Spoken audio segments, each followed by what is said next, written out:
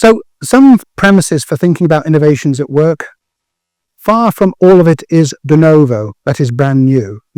Identifying a new planet, coming up with a new process. But a lot of, and it's not all technologically based, much of it is about adaptation, transfer, and adapting what currently exists. And even when there is something new comes along, such as artificial intelligence, there has to be skills in adapting it to the particular needs of the work settings. And we're all finding that out now as we play around with AI. For instance, I've been experimenting to see whether I can use artificial intelligence to go through all of my interview transcripts. And what I've found is that it is generative. It makes things up, which is not terribly useful when you're trying to get accuracy from your data. So definitions are defined by the OECD as an implementation of a new or significantly improved product or service or process or new organizational method and business practice, workplace organization, and external relations. So I think this is a definition that we can see as being, apply to how engaging in work settings, our students can engage in work settings and bring about those kind of changes. And it's important to rehearse this again, that when a person innovates, they're learning. When you do something new, you're learning. And workplace innovations that will be dependent upon workers learning to implement them. So in a study that I'll just refer to very briefly in a second, this was a study in Singapore. I'll give you an example. This was a company it's a family company. For 3 generations, they've been making a steamed bun, and they're known for their steamed buns. They sell their steamed buns overseas. They make the steamed buns, and that evening, they're flying out of Shanghai airport to America or wherever. They bought a new machine from China, but it wasn't simply a question of bringing this machine in, plugging it in, putting the flour in, and out pops the steamed buns. No, they had to go through a long process of adjusting the machine to the kind of flour they had access to get the sheen on the steamed bun that they were known for as their family. So they all had to innovate to get this piece of equipment working. But engaging in innovations is a very effective form of learning, and it also brings about workplace change. I find it strange that not a lot of people know about the PIAC data, but the PIAC data is the international program of the adult competency, and it has been undertaken in 35 countries, and the second phase of the data was undertaken in a whole range of countries, and the findings were made public in the 10th of December 2024, beg your pardon. And unfortunately, India didn't participate in the exercise. The PIAC data is gathered by a one-on-one process of interviews, and most countries have between 3,000 and 4,000 people, adults who are individually interviewed. And it's like an adult version of PISA. I'm sure you're all familiar with PISA. And it generates all this information about work, learning through work, etc. I'm just going to use one table here. Elsewhere, I use this data to indicate the level and kind of learning that occurs through everyday work activities. So one of the questions that are asked of the informants is, how often are you confronting problems that take between 0 to 5 minutes to come up with a solution? And these are referred to as simple problems. Technically, I'd refer to those as routine problem solving. We're also asked, how frequently are you engaging in problems that take between 5 and 30 minutes to come up with a solution? And that is what I would refer to as a non-routine problem solving task. And what we know is that routine problem solving activities are good for reinforcing, refining, and honing what we know, whereas non-routine problem solving actually extend what we know, that generate new knowledge and bring about change. So they're about innovation. They also require higher order thinking, but they're generative of higher order thinking. So it's really important to understand then how frequently people engage in this. Now, I've used the Singapore data here simply because there wasn't data from India, and I looked for a country that was nearby and Singapore came up as one that participated in the last round.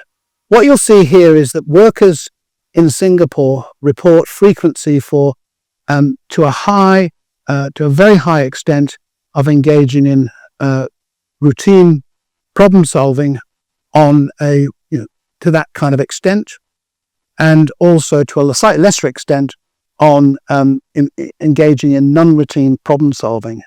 And this is very frequently, so that's a high number. So this is workers talking about the kind of problem solving activities they engage in, which are generative new knowledge, but also are aligned with the kind of innovations that was in that definition above.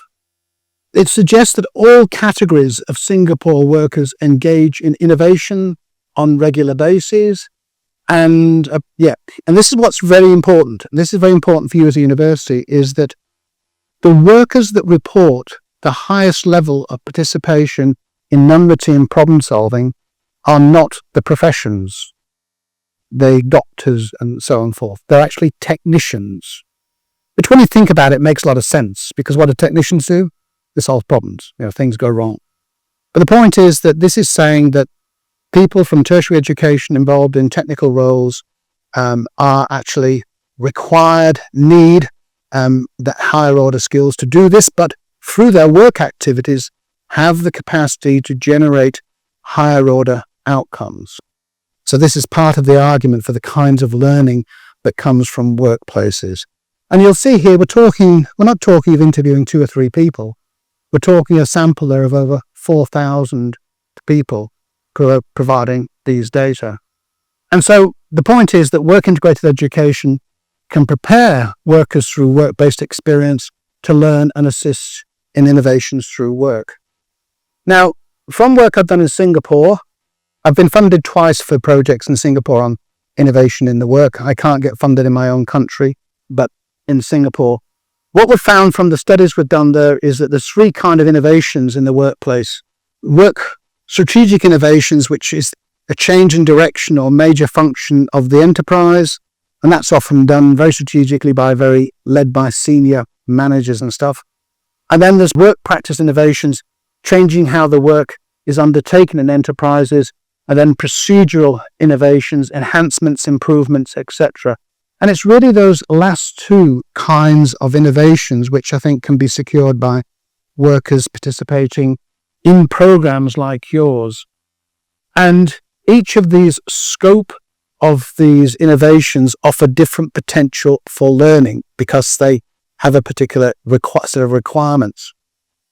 And procedural development, the one there, is best aligned with the Scandinavian concept of innovations, of employee-driven innovations, which is referenced in the literature.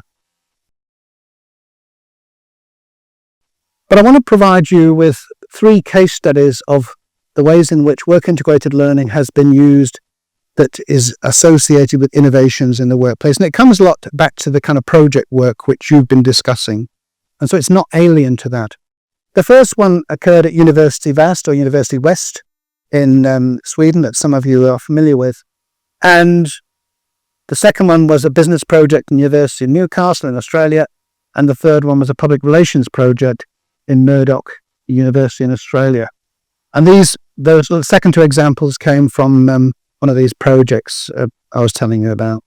So these are not meant as being exemplars. They're examples of how innovations... I'm sorry I don't have one for engineering. I don't think I have one for engineering. Well, the first one might be no, it's not really. It's about technology anyway. But these are just examples, and one of them is not a great example. So the first one was this... there was a program at the University Vast in Sweden, and it was from the division of media and design, sort of technology and communicational technology and stuff. And this student went to work in small to medium-sized enterprise, and these enterprises were small and didn't have an established intern relationship. So it was all a new environment for them. And the internships were normally 4 days a week, focused on engagement in activities to understand and contribute to workplace practices, and then there would be a fortnightly meeting with the students in the university, and then students discuss their findings with their peers. And the students' project permitted them to realize change in those workplaces. And there's just 9 students which were the subject of this study. And this provides examples of how they went about their work. So there was 9 of them. There was 9 workplace supervisors reported that the students made tangible contributions through their workplace project. 7 of them said that reported contribute to knowledge in workplaces, and 2 refers to them making novel contributions and concluded that students had contributed to change in those workplaces. So in terms of specific procedures, what they were able to do was enhance, for instance, familiarity with competence websites, to use film and photographs for the companies, to add new things. And one of the supervisors said they provided small new grains of gold. And then one was talking about the accessibility. They enhance mobile media, enhance Photoshop, competence with using new technologies to their needs, and new ways to approach tasks. And then in terms of strategic outcomes, there was a suggestion he has changed the way we think about 3D visualization, how to think and post campaigns, coming up with new ideas and models for development. So you see there that there's these supervisors reported these students had brought about change in those workplaces. So both procedural and workplace practice innovations had arisen. The second one was, I guess, more similar to what many of you are familiar with the projects. And this was where students went into workplaces and they were from these disciplines: marketing, international business, supply chain management. And they went into the workplace, they had projects, and they were organized by the university, but provided by a local business community and enacted in workplaces. Each student had an academic mentor and a workplace supervisor providing advice and support. And the course coordinator was an intermediary in all of that. And the students conducted their activities largely unsupervised. The outcomes were, from the students' perspective, increased confidence, improved communication, acquisition of practical experience, increased knowledge, and workplace supervisors reported opportunities for students to apply theory and practice, experience corporate, and engage in workplaces and their perspectives, and benefits to the organization. Having students doing these projects help with issues, gaining fresh insights and outside opinions, and maintaining a positive partnership. However, the supervisors did say that students did not bring as much value as they had anticipated, and those participating needed strong academic knowledge and highly motivated, and a greater interaction between the workplace and academic mentor would be helpful. So procedural innovations were largely reported through that study. And then the third study, which I didn't think went terribly well, but I think it's important to make you aware of that. These were students in communication students, and they went into organizations. Most of them were not-for-profit organizations, charities, to help build up communication strategies. So the students worked in teams, developing communication strategies for not-for-profit organizations, and they went into those organizations to initiate and develop further their strategies. So the intent was to develop workplace innovations. Yet many of these organizations, because they were they're charities, they didn't really have the infrastructure, they didn't have the expertise, and so there was a limited basis of engagement in those workplaces. And this put the pressure on the students to actually perform, and some of the student teams fell apart because it wasn't working out. The outcomes: the program was popular with the students, with some students. Student feedback said client project was effective, if challenging learning experience. High levels of dissatisfaction with experience of working with the client organizations because the students felt that they were on their own and didn't know who to engage with. And a lack of connection between theoretical learning and the realities of engaging in the work setting. And a lack of reflexivity about their roles and how they should be. So there's a bit of a gap between their roles as professionals, what they were developing to be, and how they conducted themselves in the work setting.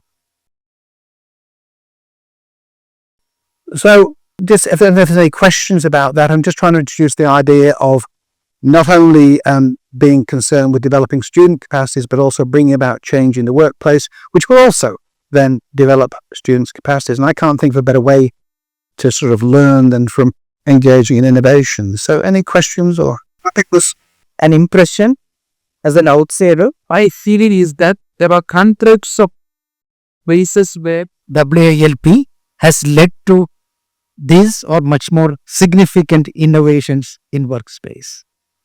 But these are not documented. Somebody cannot go out and make a presentation there. So the real problem is we should have a system of documenting these changes in the workspace.